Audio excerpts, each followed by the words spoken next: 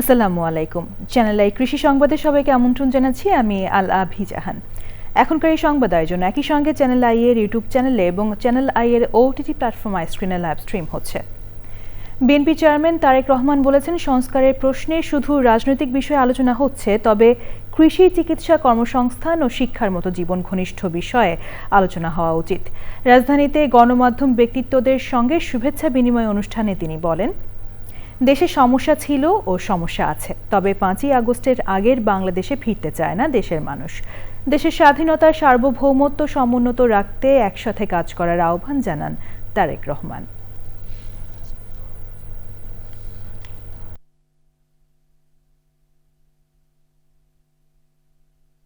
এখানে শাইখ সিরাজ বসে আছেন, ওনার একটি বিখ্যাত প্রোগ্রাম আছে কৃষি সংক্রান্ত। আমাদের দেশে কৃষকদের কি অবস্থা এখন, সেই বিষয়টি বোধহয় আমাদেরকে বিবেচনা করা উচিত। উনি ভালো বলতে পারবেন, আমার যতটুকু ধারণা আছে যে মানে সরাসরি জমিতে কৃষিকাজের সাথে জড়িত জমির মালিক এরকম কৃষকের সংখ্যা প্রায় 1.5 কোটির মতন সারা বাংলাদেশে, 1,50,00,000 মতন। এর মধ্যে ডিফারেন্ট ক্যাটাগরির কৃষক আছে। এই কৃষকদের বিভিন্ন অসহায়ত্বের নিউজ আপনাদের সংবাদপত্রে প্রকাশ হয়। নারায়ণগঞ্জ জেলার সোনারগাঁও উপজেলার চর কিশোরগঞ্জে মেঘনার চরে কৃষকরা আবাদ করেছেন শীতের শাকসবজি। চরটির অবস্থানগত কারণে সার, বীজ সহ কৃষি উপকরণ নিয়ে বিভিন্ন সংকটে ভুগছেন বলে জানান স্থানীয় কৃষকরা। সমস্যাগুলো সমাধানে সরকারি বেসরকারি মহলকে এগিয়ে আসার দাবি জানিয়েছেন তারা। বিস্তারিত শাইখ সিরাজের রিপোর্টে। মেঘনার কুল ঘেঁষে চর কিশোরগঞ্জের বিশাল এলাকা জুড়ে কৃষকের চাষাবাদ। চরটি নারায়ণগঞ্জ জেলার সোনারগাঁও উপজেলার অন্তর্ভুক্ত হলেও মুন্সিগঞ্জের সীমানার কাছাকাছি। অবস্থানগত কারণে কৃষি উপকরণ নিয়ে এখানকার কৃষকদের কিছু সংকটের মুখোমুখি হতে হচ্ছে। ওষুধপাতি সার আমাদের বেশি দামে কিনতে হয় আর কি স্যার। সরকারের ডিলারশিপে যে মূল্য যা দিব, আমরা এই বেনিফিটটা আমরা পাই না। বীজের গুণগত মান যাচাই করাও কৃষকদের জন্য বড় চ্যালেঞ্জ। 4 প্যাকেট দানা আনছি বাহুকুলি, একটা প্যাকেট 1100 টাকা নিছে, 4400 টাকা। কিসের ছিল এটা? কি টমেটো। আচ্ছা, তারপর মাত্র 600 সারা পয়সা কাছে গিয়া কতই কইতারি না, মু বগুলে যাওন জানা। হের পরে একটা হজ লাগাইছি, হজই ওঠে নাই। কৃষি বিভাগের অফিসার আসে না? দেই না, আসে মাসে মাসে মার্ক কর্মীকে আছে ঘুরে ওই হে দিয়ে তেরে হেমদে জায়গা মুকে দিতে না। অপরিকল্পিত চাষাবাদ আর মাত্রাতিরিক্ত রাসায়নিকের ব্যবহার চরের মাটি নষ্ট হচ্ছে।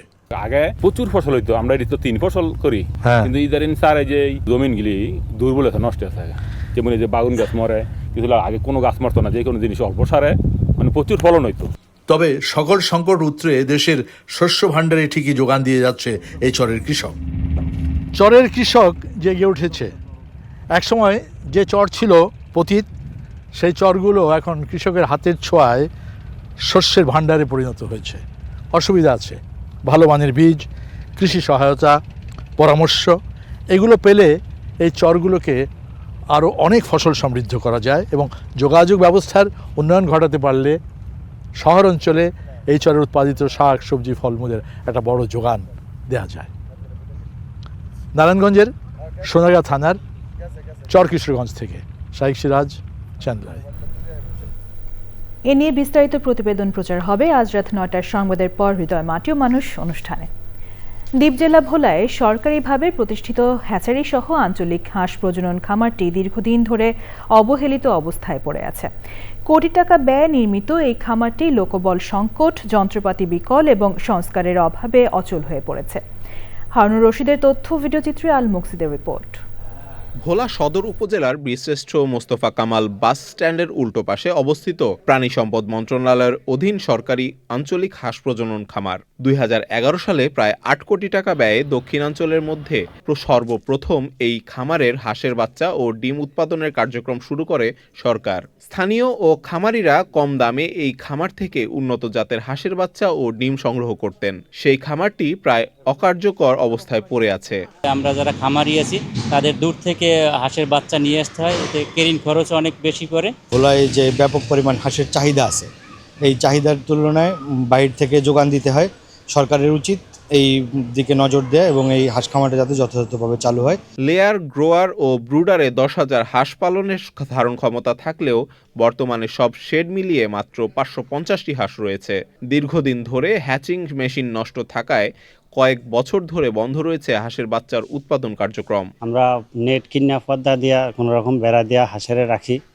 হাঁস নিয়ে দেখা গেল আমাকে সবসময় টেনশনে থাকা লাগে। 24 ঘন্টা ডিউটি করা লাগতেছে, আর দিনে 3 বার আমরা ওদেরকে পরিচর্যা করি আর কি। আর আমাদের জনবল যদি আরো থাকতো তাহলে আমাদের জন্য ভালো হতো আর কি। খামারের বিভিন্ন পরিচর্যা কার্যক্রম আউটসোর্সিং এর মাধ্যমে পরিচালিত হচ্ছে। আমরা খামারিদের মাঝে বাচ্চা দিতে পারতেছি না, এই বাচ্চা না দেওয়ার কারণে খামারিরা ক্ষতিগ্রস্ত হচ্ছে। চেষ্টা করতেছি আমরা খুব তাড়াতাড়ি এই জিনিসগুলোর সমাধান করতে পারবো বলে আমরা আশা করতেছি। প্রয়োজনীয় লোকবল নিয়োগ এবং অবকাঠামোগত সংস্কারের মাধ্যমে আঞ্চলিক হাঁস প্রজনন খামারটি পুনরায় সচল করা হবে, এমন প্রত্যাশাই এখন ভোলাবাসীর। আল মুকসিদ, চ্যানেল আই। চ্যানেল আই কৃষি সংবাদের আজকের আয়োজন এই পর্যন্তই। পরবর্তী সংবাদ আয়োজন দেখার আমন্ত্রণ জানিয়ে শেষ করছি। সাথে থাকার জন্য ধন্যবাদ সবাইকে।